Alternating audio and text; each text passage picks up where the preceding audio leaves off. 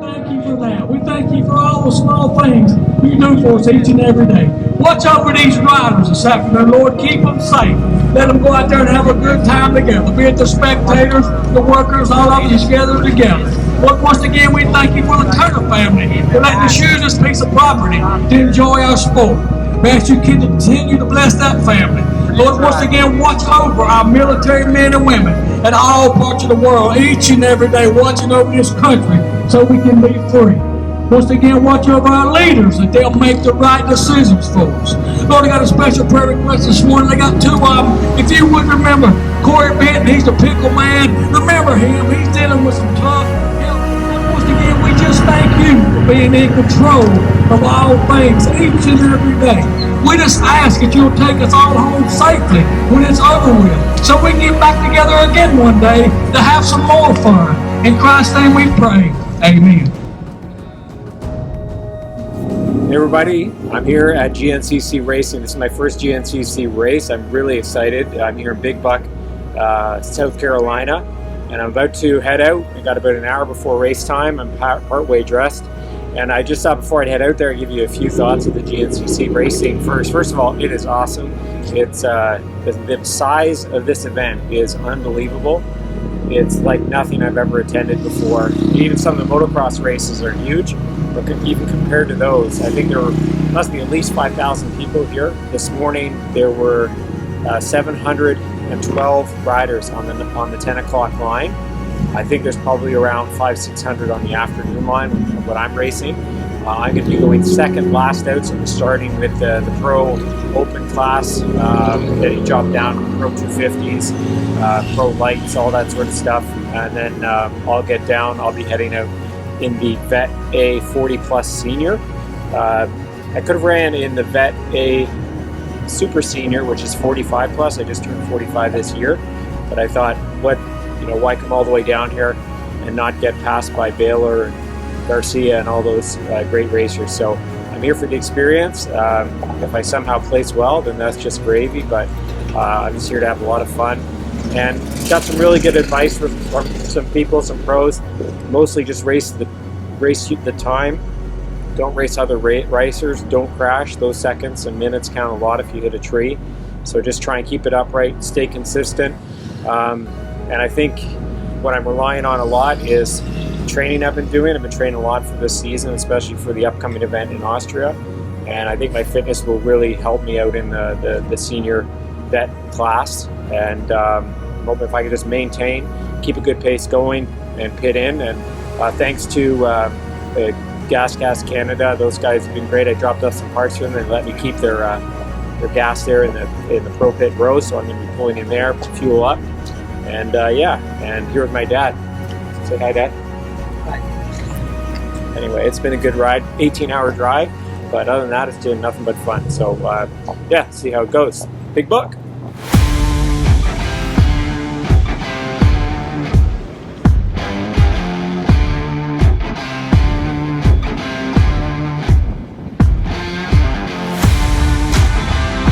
Here with Matt Maynard, who's going to be racing today in the GNCC Big Buck Round 1. Matt, tell me about yourself. First GNCC, been racing off-road Ontario my whole life, so it's a step out of my comfort zone. So what's your strategy today?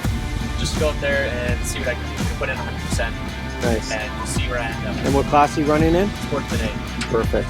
All right, well, we'll see you off the line.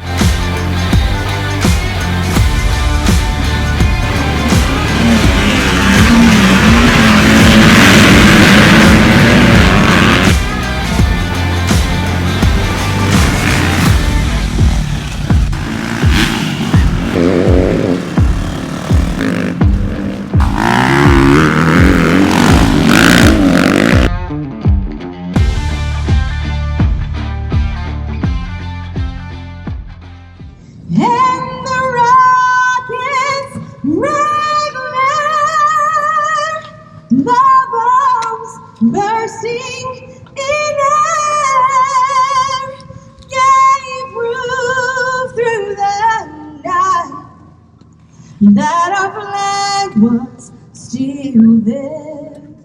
Oh, say does that star-spangled banner yet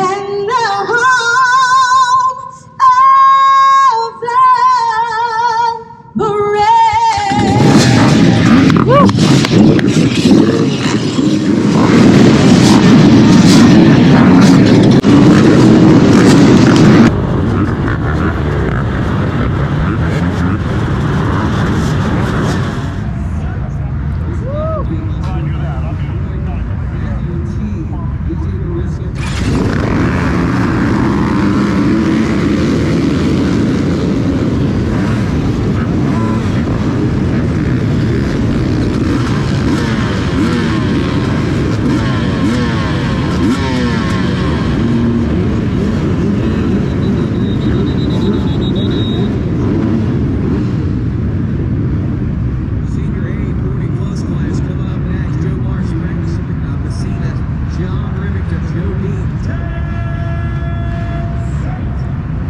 also Robert Johnson, Harry Martin, Holly Anderson, Chad Gray.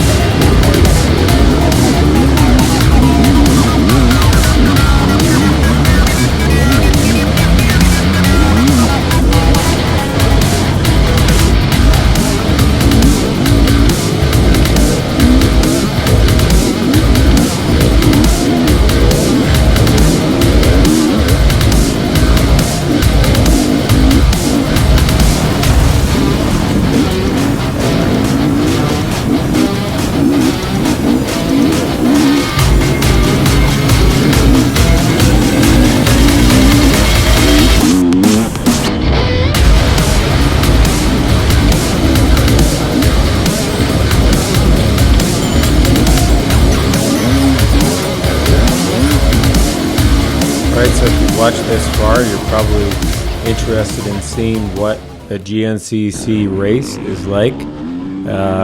This is a full lap. This is a full POV lap, and I thought that might be interesting to some of our viewers, particularly those who haven't ever raced a GNCC before, like myself, and give you a sense of what the experience is like.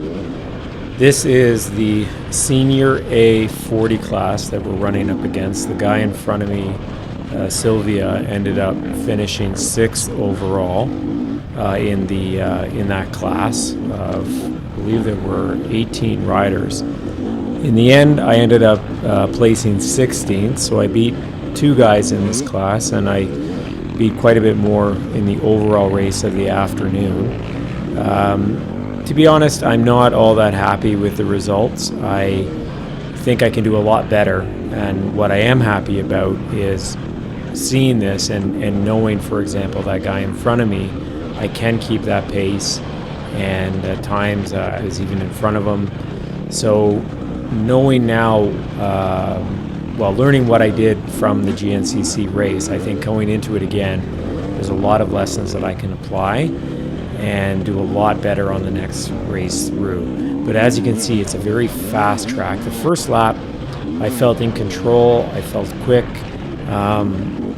and I was pacing with these guys in front of me. I think this is kind of top 10 crew right here. And as the race went on, one of the things I noticed that was really hard was maintaining the power of the 2-stroke. So right here I'm riding a Gas EX300, which is a very powerful 2-stroke XC bike. I love the bike.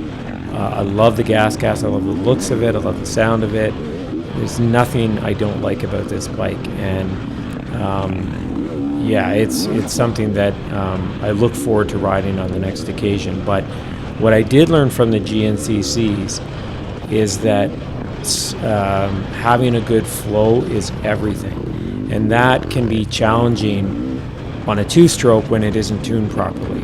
So going into another GNCC, I know that I would have to tweak the power settings a little bit so that the delivery of power on the 2-strokes on this bike anyway isn't as abrupt, because as you're hitting the whoops, and it became a lot worse later on in the day, is when you tap the throttle a little bit, because there's no engine braking, you're always getting this really twitchy effect, which is great in many circumstances, especially in enduros and hard enduros. But with the ruts, you can see how many bumps there are, boom, boom, boom. And every time you hit a bump, it forces you to pull your throttle back a little bit, and that can really wear you down.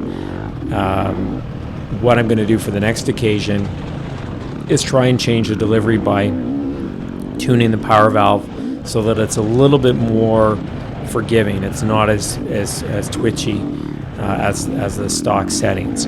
I'm moving forward with the racing I'm going to be doing after this. I'm going to be keeping it the same. But for this particular race, I would have liked a more constant power delivery. And that's why you see a lot of the guys riding 4-strokes. But vast majority of riders were riding 4-strokes at this race. Almost all of the pros were riding 4-strokes.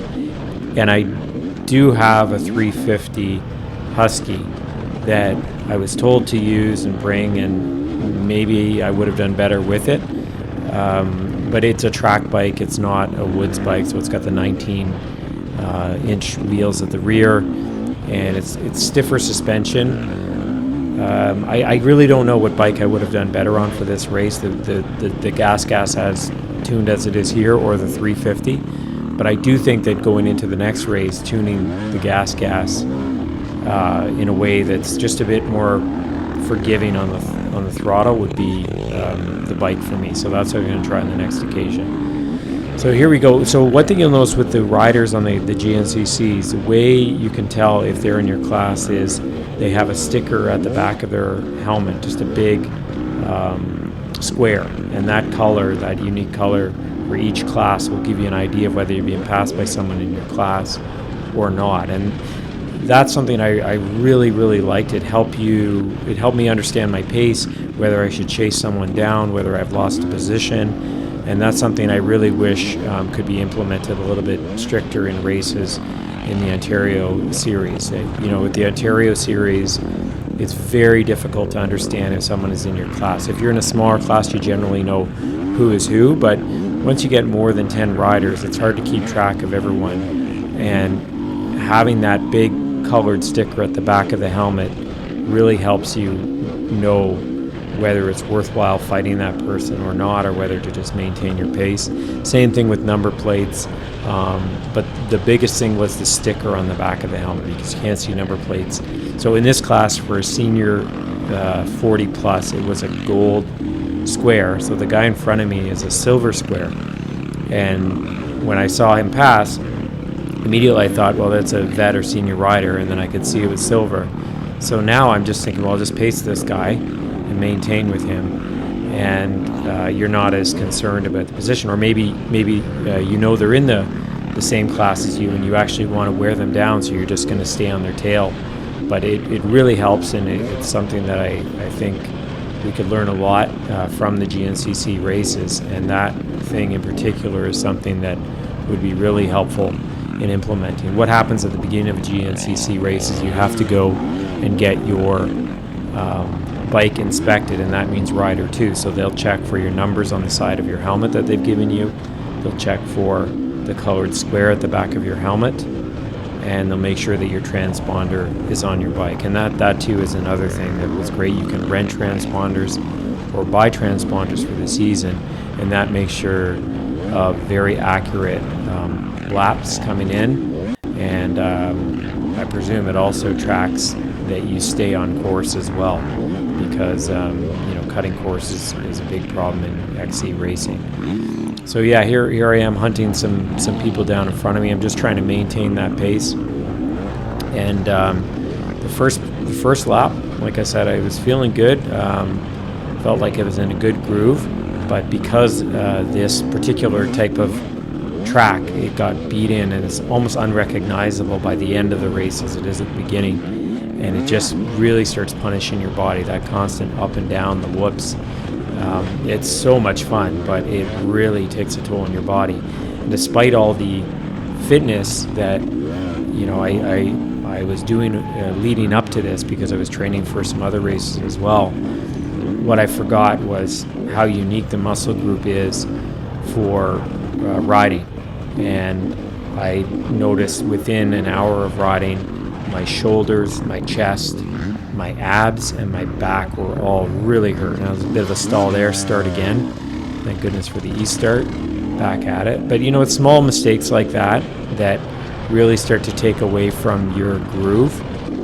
And, it doesn't seem like much, but when you're in a groove, that speed carries itself. And it doesn't take any more energy. In fact, it probably takes less energy if you're riding fast in control than it does riding slower, because you're not feeling the same type of bump. So when you lose that momentum, just psychologically, if you're getting out of the groove, I find it slows me down a lot more than just the few seconds it takes me to start up my bike again. So when something like that happens, what I try and do is take 10 good breaths just to try and recalibrate my body and my mind and get back into that flow, and try and ride at about 80% before I start pushing it again.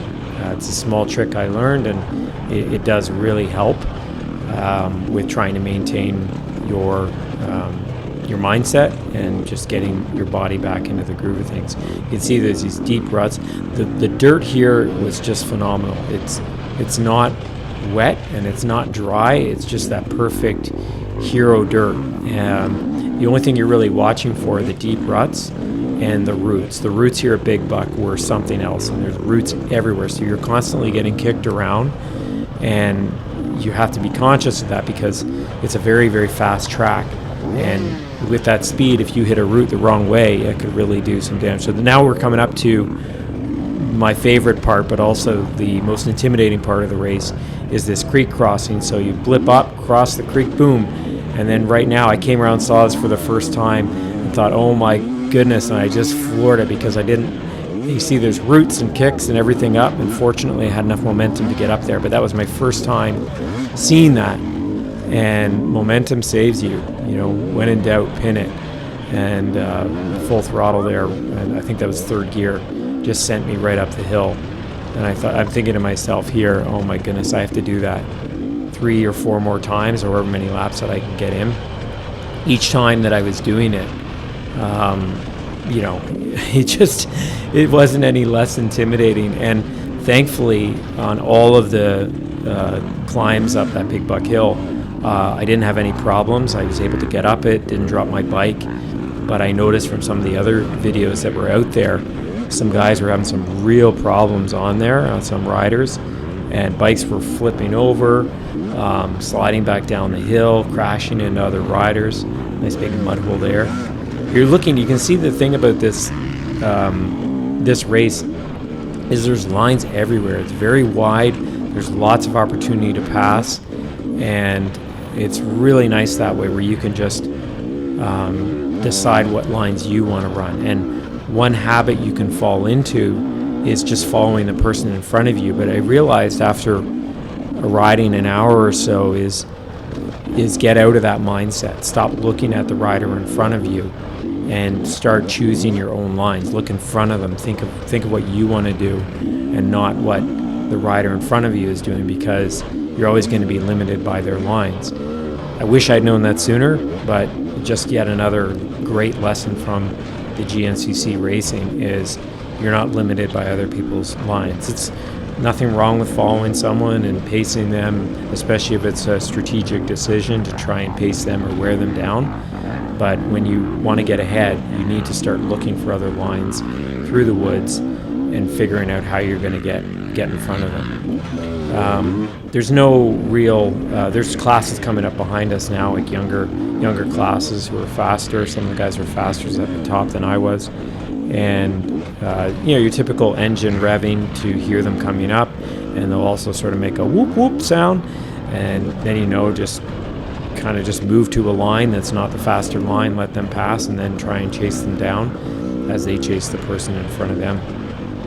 But yeah, it's a lot of just trying to stay in that flow. But how beautiful is this forest? It just, as I'm riding through it, I was just thinking how scenic it is, and you can see there's spectators everywhere, which was so motivating, because when you're riding in a lot of XD races, you're usually alone in the woods, but at the GNCCs, there's people everywhere, people cheering as you come into, you can see on the camping grounds on the left there, more and more people start to emerge as you come out to where all the campers are and pits. There's people everywhere, so you really feel like you're part of a world-class athletic event, because you are. I mean, I was saying to my friends that with all the lead up and the national anthem playing and everything that goes into these races, you feel like you're allowed to play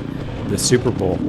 And the caliber of athletes that are out there with you are that caliber of athlete. These are world-class athletes. You have people like Stu Baylor and Joseph Garcia, Ben Kelley, who won the race, Toth, like all these riders, and Shelby Turner,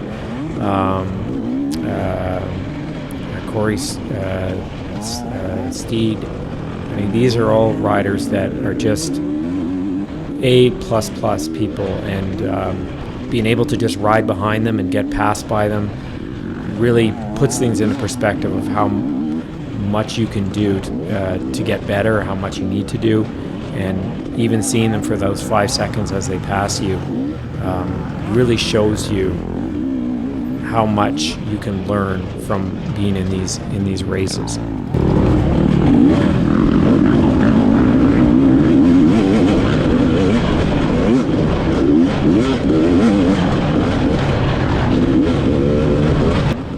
For those of you considering doing a GNCC for the first time, I highly recommend it. They have a class for virtually any type of rider.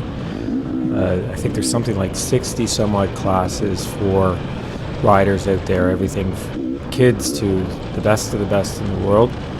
And there's 2 race lines that go off. So you've got the morning race, and then you've got the afternoon race. The afternoon race, this one that you're watching now, is where you'll have the pros and more experienced riders riding. Mostly the same track. There were some additional parts with this race that the morning line didn't get to do. So the hill that you saw, the hill climb, that was either off or an optional section of the morning race. I don't know because I didn't see, but as far as I heard, they took that out for the morning riders, but it might have been an option. I don't know. This was all on the morning race as well. And then there was another section, a very tight section through some single track that they didn't have the morning riders go through. And then there was another section, a big rock garden that we haven't got to yet, that they didn't have the morning riders go through. The 3 sort of expert sections, I guess you could say, that they took out of the mix for the morning riders. But everything else that you're seeing here would all be fair game for any type of rider. It's just a question of pace, and even if you just get 1 lap in over the course of that 2 hours if you're running the morning race, or 3 hours if you're running the afternoon race, it's well worth the experience. For Canadians like myself, driving down there is a lot. It took us 14 hours to get down there, so you could do it in a day, but we spent the night about 3/4 of the way down. Oh, whoops, a little off track there. But you know, if you want to drive straight down, I suppose you could. But this one's in Georgia. There are some ones in that are closer up to Canada, in Ohio. There's one in Indiana, Virginia. The second round is in Florida, so that would be too far. And then what's interesting about the GNCC racing is there are races that share the same venue. So the Big Buck, the first one here, they come back again for one called the Tiger, and I believe there's another one there as well. Let me just look it up here on their website. So the schedule, just as an example,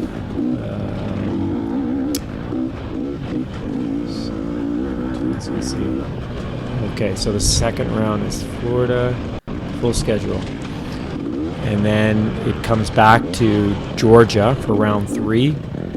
Round 4 is back here at this farm. It's called the Dunlop Tiger Run, and that's back in Union, South Carolina. Round 5, South Carolina as well, at a different area. And then round 6 is in Crawfordsville, Indiana. That's host of both the Hoosier race, round 6, as well as the last one called the Yamaha Racing Ironman in October. And I do hope to get to that one. I was hoping to get to the one in May. I think that's going to be a little ambitious. Unfortunately, with the race season in Ontario, it's highly unlikely I'll get back down there until that last one. But the last one is epic, so I think it will be worth it to wait. It's a really nice thing for, if you're itching to ride and you're up in Canada and you haven't been able to get out and race, then just make a yearly thing of it where you go down. And I think the better thing to do in retrospect is I'd spend longer there. I'd bring my dirt bike down and maybe spend a week and treat it like a true vacation, do some riding in South Carolina. There's lots of training grounds. If it's warm enough, you could even head over to West Virginia and do some riding. But it's a good way to break up that long spell that we have in Canada without being able to ride. And then, but anyway, what I was getting at is a lot of the GNCC racing, they find a venue and they will share that for different races. So there may only be 5 or 6 venues, even though there are 13 races throughout the season. They just kind of keep coming back. There's another one in Ohio for Canadians who want to try. That's in May. That's a lot easier for us to get to, but I believe it conflicts this year with one of the key XC races in Ontario. There's one in Pennsylvania, West Virginia, a couple in West Virginia, Tennessee, back in Ohio in September 24th to 25th, but that's going to be the weekend of the Corduroy, so a lot of people won't be going to that from Ontario. And then October 8th, West Virginia, and then the one again I'm hoping to return to do a GNCC is October 22nd and 23rd. That's the Ironman. Oh, down in the ditch there, I don't know if you saw that, but if you rewind, you'll see a couple guys went off to the ditch. There's these huge gullies. You'll see them coming down where you either have to jump off or be very careful. There's that nasty root section I was telling a lot of people about. But the roots are everywhere. You have to be very careful with these roots. As you often don't see them until you're heading up the hill. And they can sneak up on you. You've got to make sure that you hit those roots perpendicular because they can be slippery at the wrong angle. There's a fallen tree there I was trying to get over, but a very well marked course. You're never unsure of where the track goes. It's very well flagged. You can move at any pace that you're comfortable with, and you're not concerned about missing a line or flag because it's always very clear where the track is heading. I think this guy in front of me is in my class. I don't think I caught him in the end, but I think you can see here on this video, it looks like he has a gold sticker. Oh, maybe he doesn't. Oh, some of the downhills were nasty. This one got rutted out so bad by the end of the day. It looks pretty good right now, and it was, but by the end of the day, it was just huge ruts and divots going down that thing. It became quite treacherous, and you have to fire back up. But it was so much fun. It's so fast. There's always something to jump on, play off of, and what an awesome forest, awesome farm to ride on. It would be a lot of fun to just go there and ride it without having to be concerned about your position in the race. I mean, the racing is a lot of fun too, but the terrain here is just unbelievable to explore and ride around. Coming down here, yeah, here's another section of a big downhill that it's a lot, it's like the GoPro, it never gives it full justice, but these are steep hills and you're really pinning it. You can probably hear the bike there. You're fighting your way to get up and down these things. There's people with bikes watching. This is what I mean, no matter where you are on this race, there's always going to log hop there. There's always someone there watching, and you feel that even if something bad went down, someone's going to be right there to help you out. Oh, one of the things that really impressed me with this race is that they have medics on bikes who are essentially doing the race with you. They're just following along and watching for people, and I thought that was genius because you have mobile emergency support who can be out there helping you, and that would be something that I know we have sweepers and things like that in Ontario, but these are actually medics. You can see right on the back they'll have a medic badge and vest on. Yeah, so you can see there's all this valley back and forth. You're constantly doing up and down, up and down. My heart rate ended up getting to something like 198. I don't think it's been like that in years, but I was tracking my heart rate and progress, and during this race, it was pretty extreme.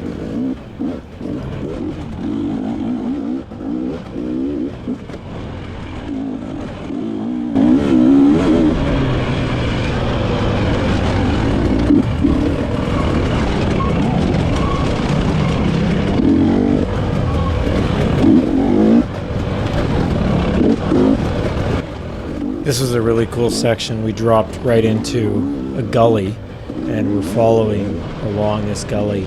Very tight, very difficult to pass in this area. So thankfully no one was coming up behind me that needed to pass. And then you come out and it's right back up and down into this bit of an uphill coming up.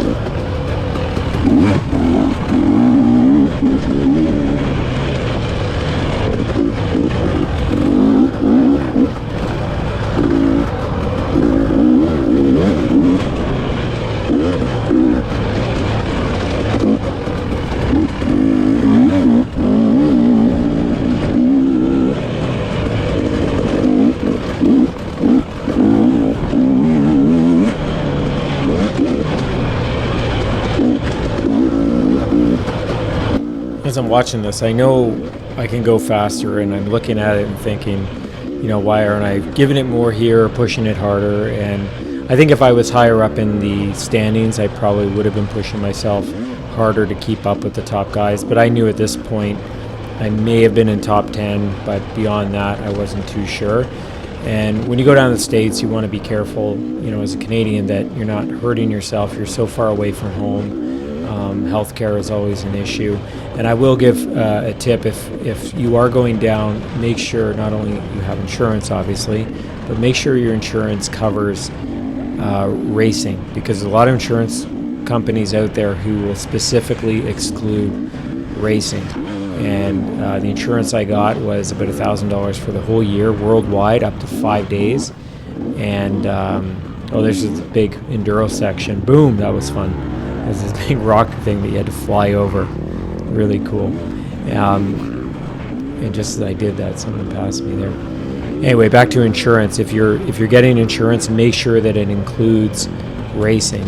And if you need a referral, I can definitely send you to one. I have a great guy who races himself, a broker who can set you up. And I went through an insurance company called Tugo, Tugo, and they will cover up to $500,000 in medical coverage for that price that I just mentioned. So take care of that before you head down. It's more important than anything. You know, in this race, because the conditions got so bad, there were a lot of injuries, even a couple really nasty ones. Unfortunately, the top contender, Stu Baylor, ended up going over the handlebars and breaking his neck, C5 vertebrae, I believe it was. He posted on Instagram. the guy still, a true warrior, just rode right out for another 8 miles, not realizing how critical that could have been. But that's how hardcore these guys are. They just, and girls, they just take a beating and keep going and will not give up. And that's the competition you're racing against. But to my point, make sure that you have medical insurance covered, because serious injuries are going to happen at some point. It's just a question of when. If you're racing like this, you're gonna break something, you're gonna hurt something, and you need to make sure that you're covered when that happens.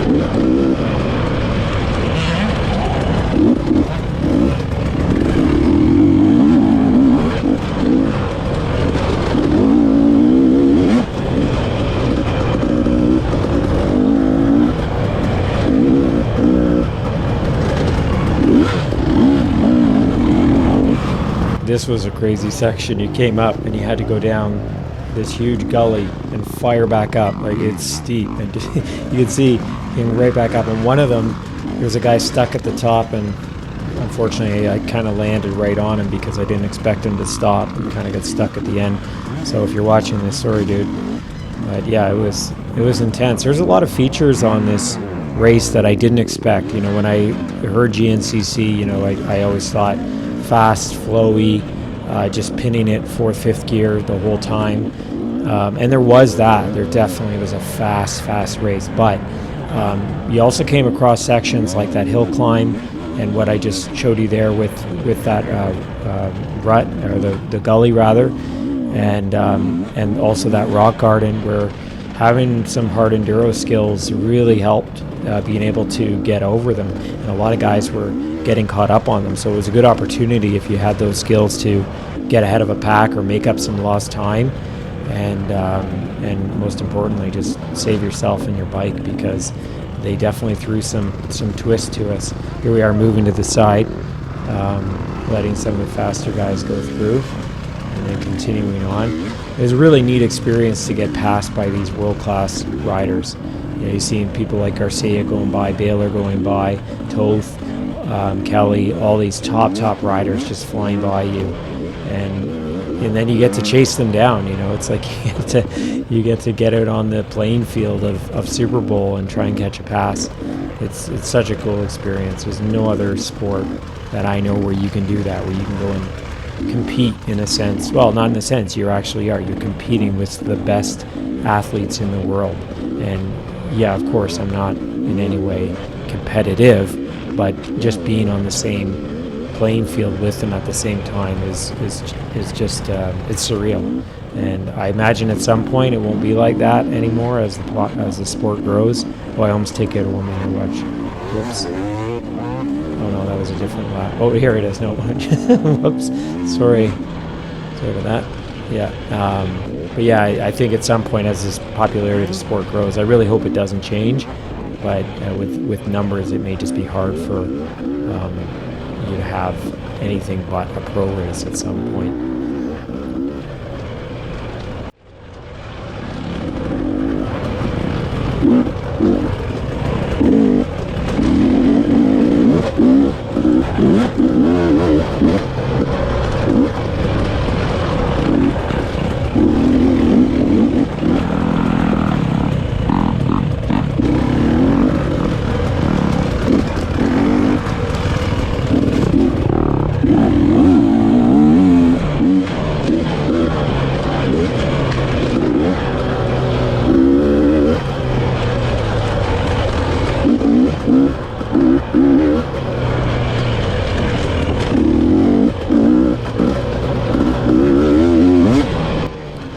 coming near the end of the race, the end of the lap rather, at this point.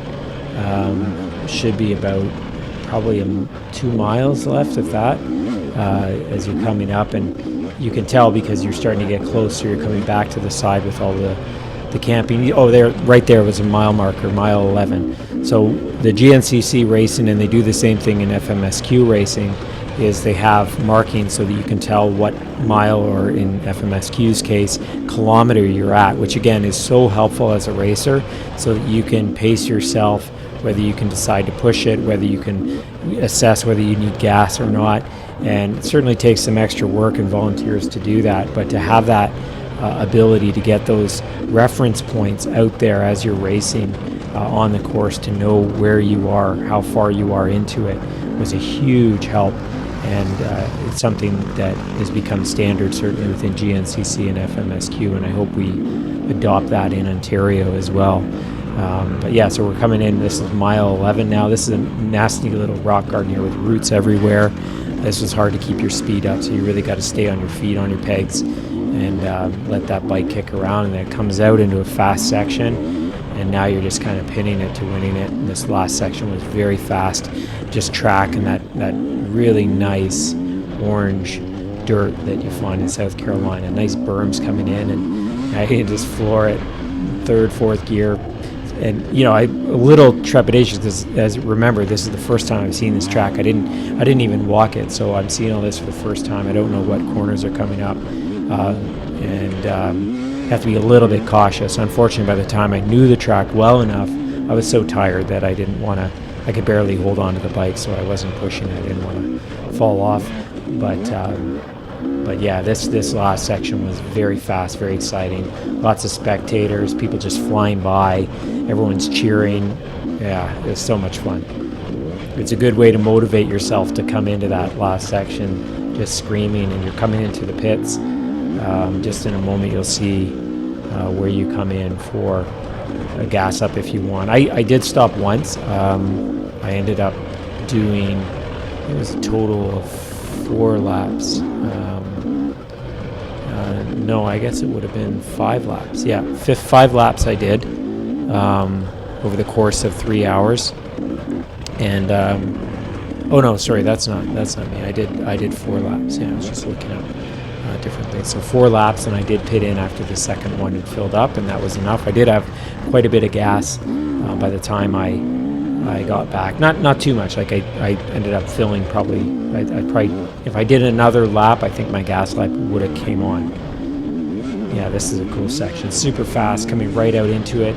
All the campers, and now you know you're on your last mile. And then this is really cool. You come out, last little section before you come into the finish line area. So I'm just going to turn up the volume, and you guys can watch this and experience the last little part. And then after the first lap in the POV, I end up just throwing in some highlights for you to watch with a bit of music. So enjoy yourself. Thanks so much for watching. If you can, like and subscribe. I really appreciate all my followers, and this is why I do it. So hit that like button, hit subscribe, and we'll try and get another GNCC race there.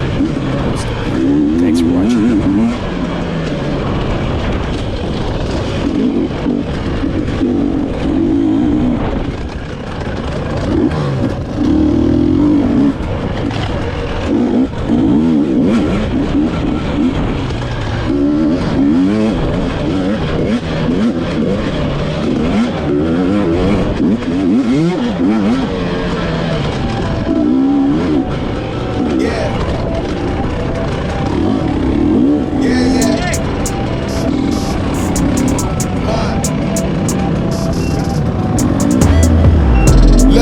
Tell a man no trouble, I don't want beef, man, I just want vibes.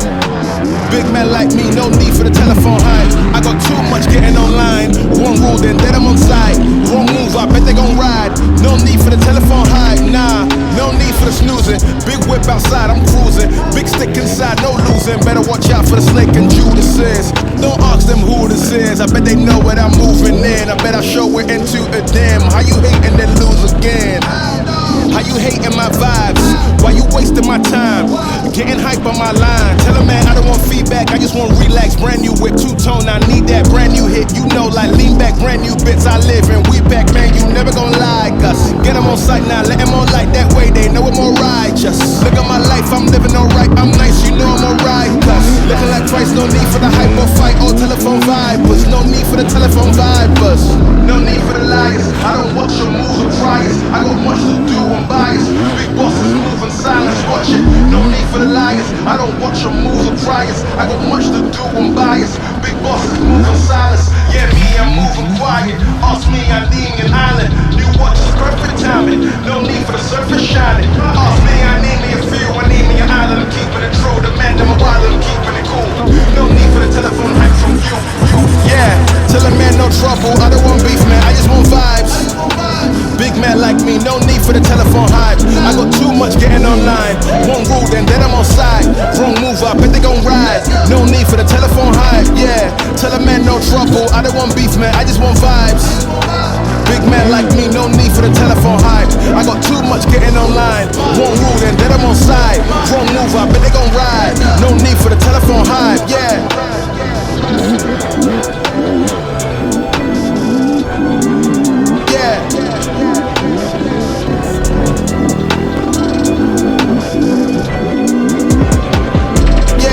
Tell a man no trouble, I don't want beef, man, I just want vibes. Big man like me, no need for the telephone hype. I got too much getting online. One rule, then I'm on side. Wrong move, I bet they gon' ride. No need for the telephone hype, nah.